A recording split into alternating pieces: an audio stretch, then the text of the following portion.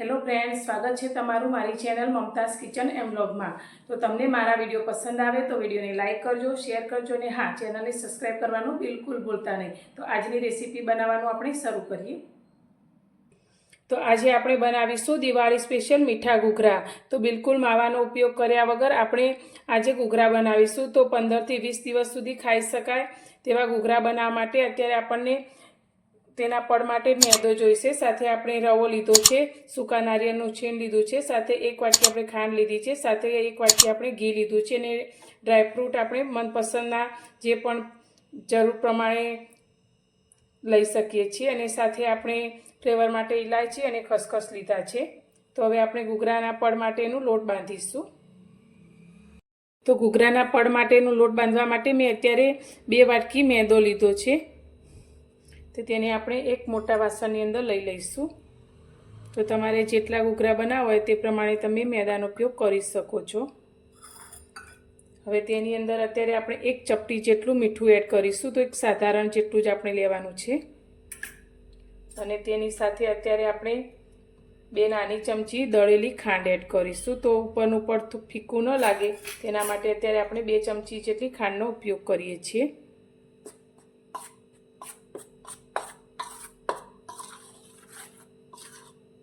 હવે આની અંદર આપણે મોણ લઈશું। તો તેના માટે અત્યારે આપણે ઘી લીધું છે। તો અત્યારે 4 મોટી ચમચી જેટલું ઘી અંદર એડ કરીશું।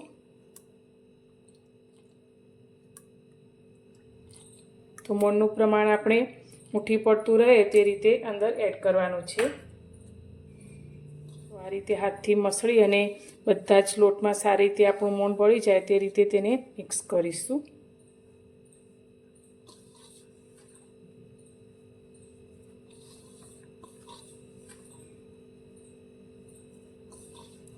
મિક્સ કર્યા પછી આપણે આ રીતે મુઠ્ઠી વાળી અને સારી રીતે મુઠ્ઠી બંધાય તેટલું મોણ આપણે અંદર એડ કરવાનું છે। તો જ આપણા ઘૂઘરાનું પણ એકદમ સરસ ખસ્તા તૈયાર થશે। તો મોણ આપણું લોટની અંદર સારી રીતે મિક્સ થઈ ગયું છે। તો હવે અત્યારે આપણે તેનો લોટ બાંધવાનો છે। તો તેના માટે મેં અત્યારે અડધા ગ્લાસ જેટલું દૂધ લીધું છે। તો થોડું થોડું એડ કરીને આપણે લોટ બાંધીશું। તો તમે દૂધની જગ્યાએ પાણીનો ઉપયોગ પણ કરી શકો છો, પણ દૂધ લેવાથી તેનું પડ ખૂબ જ સરસ બને છે। તો આપણે આ રીતે થોડું થોડું એડ કરી અને લોટ બાંધીશું। તો લોટ આપણે એકદમ કઠણ પણ નહીં અને સાવ ઢીલો પણ નહીં તે રીતે બાંધવાનો છે।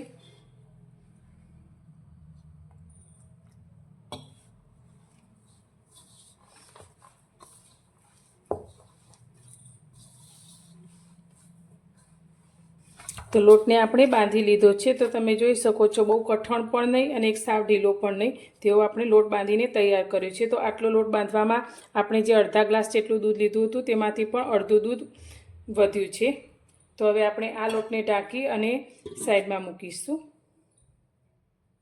ગેસ પર આપણે એક કઢાઈને ગરમ કરવા રાખી છે। તો તેની અંદર અત્યારે મેં 1 નાની વાટકી જેટલા કાજુ અને બદામ લીધા છે તે અંદર લઈ લઈશું અને તેને આપણે થોડા રોસ્ટ કરી લઈશું।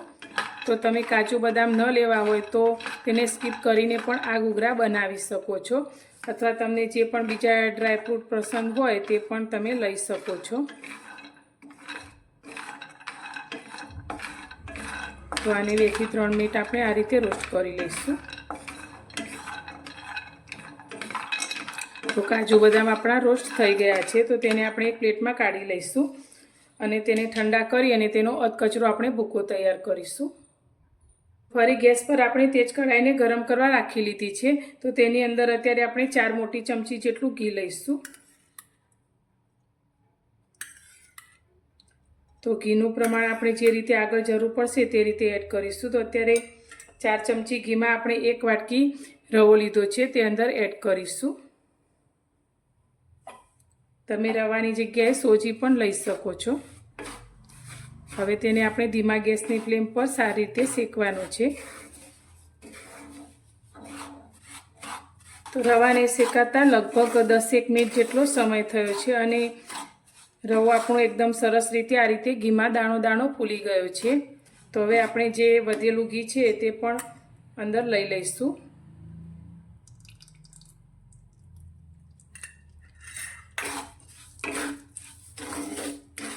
હવે અત્યારે આપણે માવા વગર ઘૂઘરા બનાવીએ છીએ તો એકદમ સરસ માવા જેવો ટેસ્ટ આવે અને ટેસ્ટમાં બેસ્ટ બને તેના માટે અત્યારે આપણે 2 ચમચી જેટલો ચણાનો લોટ લીધો છે તે અંદર એડ કરીશું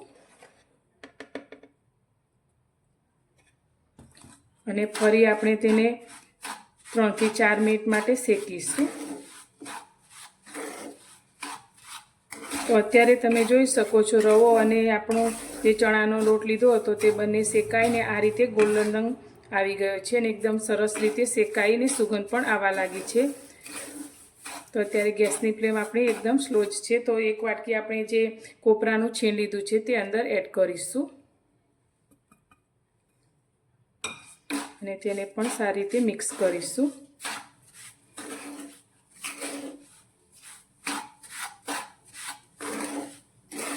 હવે અત્યારે આપણે ગેસની ફ્લેમ બંધ કરીશું અને આને થોડીવાર માટે આ રીતે હલાવીશું।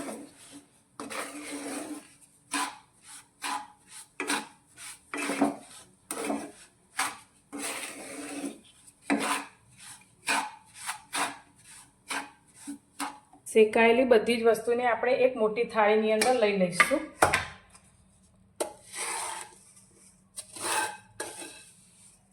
અને આને આપણે 2 થી 3 મિનિટ માટે થોડું ઠંડુ થવા દઈશું।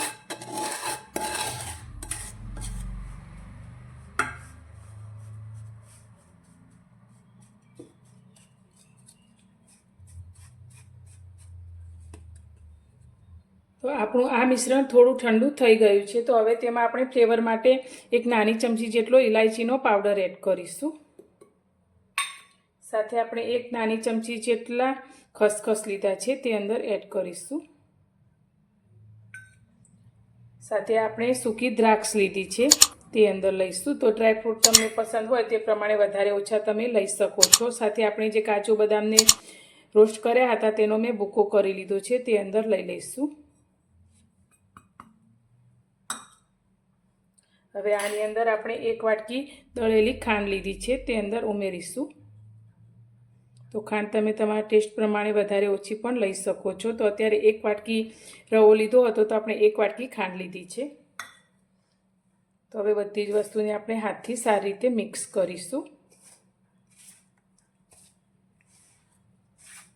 બધી જ વસ્તુને આપણે સારી રીતે મિક્સ કરી લીધી છે। તો મિક્સ કર્યા પછી આ રીતે આપણે તેને મુઠ્ઠીમાં લઈ અને વાળવાનું છે। તો આ રીતે મુઠ્ઠીમાં બંધાઈ જાય તેટલું આપણું આ સ્ટફિંગ હોવું જોઈએ। જો તમને આ રીતે મુઠ્ઠી ના બંધાય તો તમે તેની અંદર 1 થી 2 ચમચી જેટલું ઘી ફરી એડ કરી શકો છો। તો હવે આ સ્ટફિંગને આપણે આ રીતે ભેગું કરી અને દબાવી દઈશું।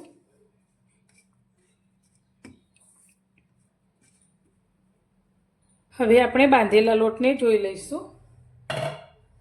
તો લોટ આપણો થોડીવાર રેસ્ટ થવાથી એકદમ સરસ એવો સ્મૂથ તૈયાર થયો છે। તો આ રીતે થોડું આપણે તેને મસળી લઈશું। હવે આમાંથી આપણે એક મોટી રોટલી વણાય તેવો લોવો લઈ લઈશું અને બાકીના લોટને ઢાંકી અને આપણે સાઈડમાં મૂકીશું।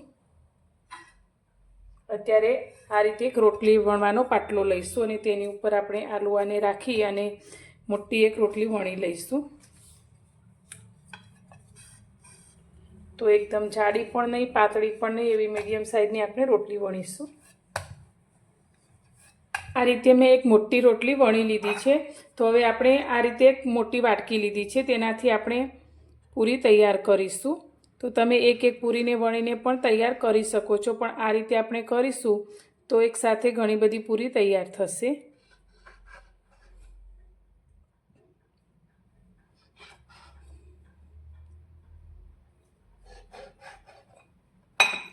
તો બાકીના લોટને આપણે કાઢી લઈશું અને પછી પાછળથી આપણે તેને વણવાના ઉપયોગમાં લઈ લઈશું।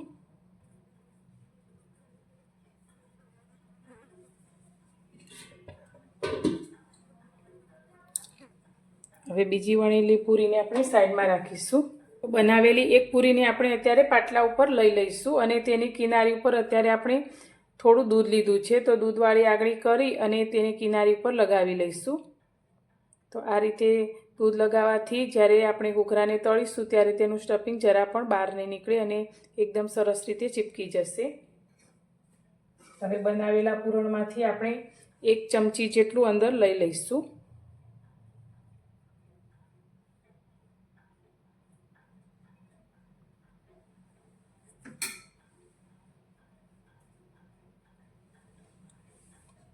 આ રીતે અંદર મૂક્યા પછી હવે આપણે પૂરીને ભેગી કરીશું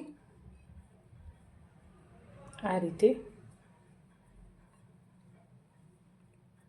અને આંગળી અને અંગૂઠાથી આપણે તેને આ રીતે ચિપકાવી દઈશું.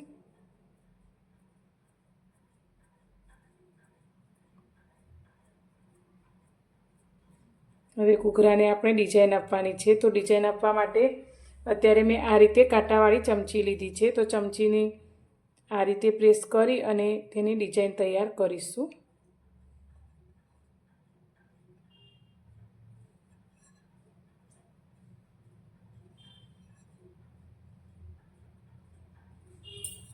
તો તમે જોઈ શકો છો એકદમ સરસ એવો આપણો ઘૂઘરો બનીને તૈયાર થયો છે.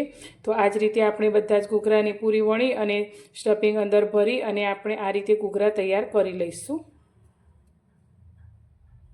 તો આપણે ઘૂઘરાને આ રીતે બનાવીને તૈયાર કરી લીધા છે. તો હવે આપણે તળવા માટે તેલને પણ ગરમ કરવા માટે રાખી લીધું છે. તો હવે ઘૂઘરાને તળી લઈશું.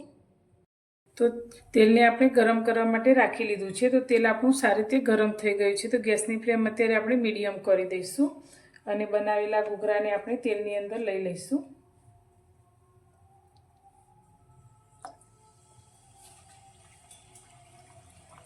તો એકવાર જેટલા તેલમાં આવે તે રીતે આપણે અંદર એડ કરીશું.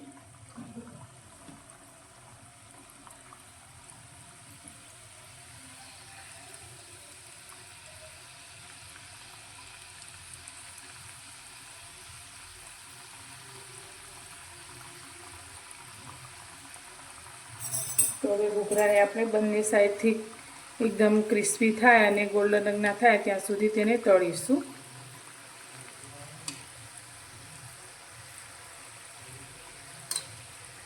તો આ રીતે ચમચીથી આપણે આગળ પાછળ ફેરવતા જઈશું અને તેને તળીશું.